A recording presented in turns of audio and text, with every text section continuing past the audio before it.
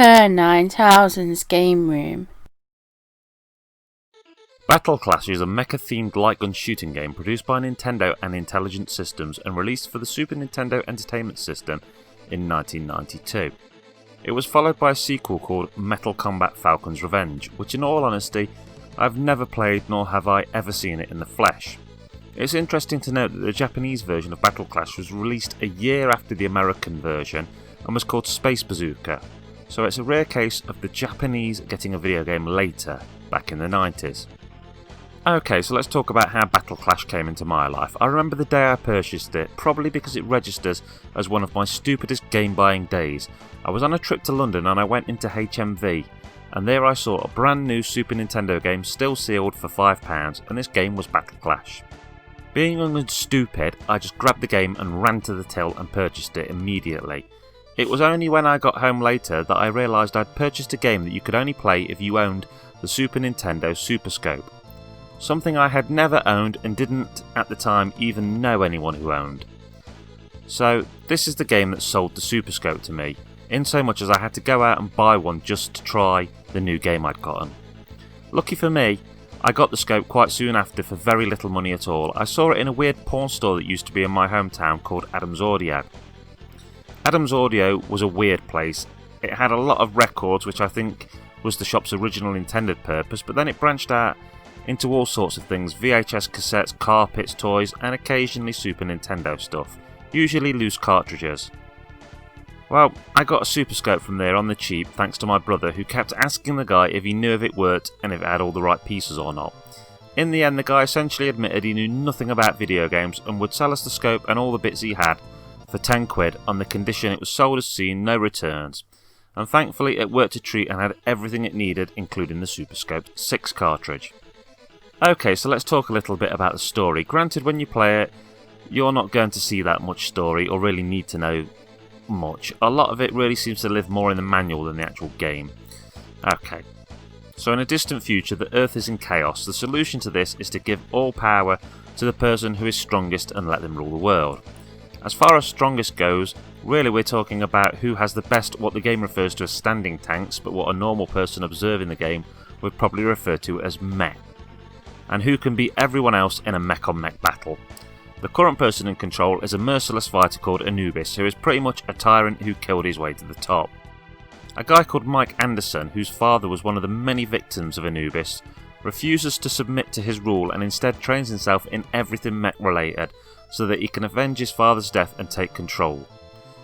In order to accomplish this, he must first defeat the battle chiefs, Anubis' subordinates, before taking on Anubis himself. Okay, so it's not exactly War and Peace, but it fits the game well enough. I really like the graphics in this game. They're done in what I would call an anime style, and it really suits the game. The backgrounds are colourful, but they're also absolutely full of detail. The mechs themselves look great. They are all also very different from each other and really fit their pilot's look. If I was to show you all of the mechs and all of the pilots separately and ask you to pair them up, I'm sure you'd manage it with very little in the way of mistakes. When a character talks in the game, you see their portraits, which are full of character. I really can't say much more about this game's graphics. I think they are as close to perfect as possible. It is easy just from looking at the mechs to see different points of interest on them, which really helps you work out what parts look like potential weak spots for you to fire at. Okay, so on to the sound. Well, I think the game has a soundtrack which really helps maintain the excitement of the game's action, and it's mixed with very fitting sound effects for the mech's movements and weapons. It's not something that you're going to find yourself humming away from the game, but it certainly fits well and helps keep the adrenaline flowing. On to the gameplay, the most important part. Well, most light gun games seems to fall into one of three categories. Either they're sort of minigame collections, for example the Super 6 cartridge, or they're target practice simulations, or they're your standard arcade shooter, things like Terminator 2 the arcade game or House of the Dead. Sure, some games might cross these divides and give you a little of two of them. For example, Point Blank on the PS1 was kind of a target practice game but was also a minigame festival. Well, Battle Clash though is something else. It seems to totally break the mould.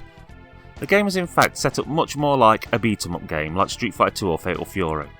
Each level is a one-on-one fight against an opposing mech, who you will meet, exchange some chat with before fighting and hopefully defeating them, so that you can move on to the next stage and the next enemy mech. The game is not incredibly tough. There is some challenge in working out how to beat each enemy, but once you have worked out each one's weak spot and the best methods to handle it, they soon become a breeze, and it's not a game which really offers anything which would make you want to go through it again. Apparently the game was originally going to offer a choice of mechs for you to co-pilot, as some different player portraits which were unused have been found in the game's code, and this would have maybe offered a little replay value, particularly if it also came with changes in the level of difficulty and different endings. But as it is, the game is a short fun blast which won't change the world but is enjoyable. I'd give it 7.5 out of 10. If you wanted to buy the game, well, I've seen loose PAL carts go between the £10 to £15 range, with box copies varying in price dependent on the condition, but typically starting around £28 and sometimes going up to about £45. The important thing to note though is that you will obviously need a Super Nintendo and a Super Scope, but you'll also need the game and a CRT TV set, as the Super Scope, like most old light guns, simply does not work on modern screens. If you want a quick blast on the game to see if you like it, then a good way to try it is using an emulator on your PC, as some of the SNES emulators will allow you to move the scope point on the screen by using your mouse, and when I tried this I found the game really worked well like this. Okay, thank you for watching this review. It's Ker9000 signing off, saying have a great day and keep on gaming.